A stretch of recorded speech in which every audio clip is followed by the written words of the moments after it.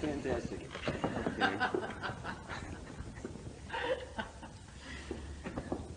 Who thought of and where did you get the name Big Brother and the Holding Company? Well, it came from a whole list of names.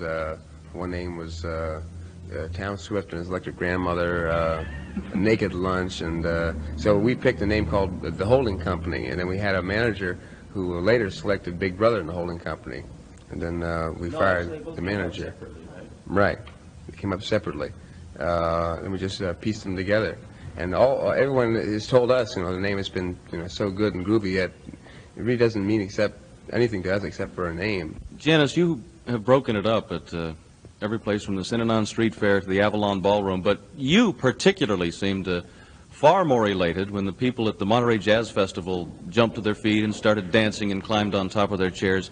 Why there? What was the difference? Well, of course, it's groovy playing every one of those places, and every one of them is a turn on in its own way. But we played the Avalon a lot of times, and those are like really our people.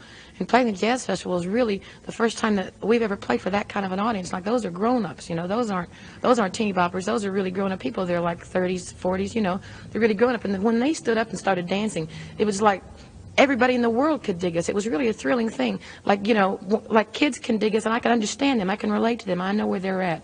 You know what I mean? But I don't understand those people, and I didn't really expect that enthusiastic a response from them. And when they gave it to us, it was just, wow, the most fantastic thing ever. I was dancing all over the stage. I just couldn't stand still. It was fine.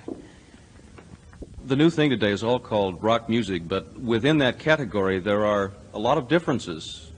We have your thoughts about music today? You just can't classify the music anymore because it's absorbing from so many different things, and it's what's called rock music now has become a very broad thing. It's just rock music itself is just 2 words, but the music itself is a very big thing now, especially with the Beatles and the Rolling Stones and groups like that. When Peter and I were together we started playing blues and hard rock, sort of Rolling Stones kind of a thing. Played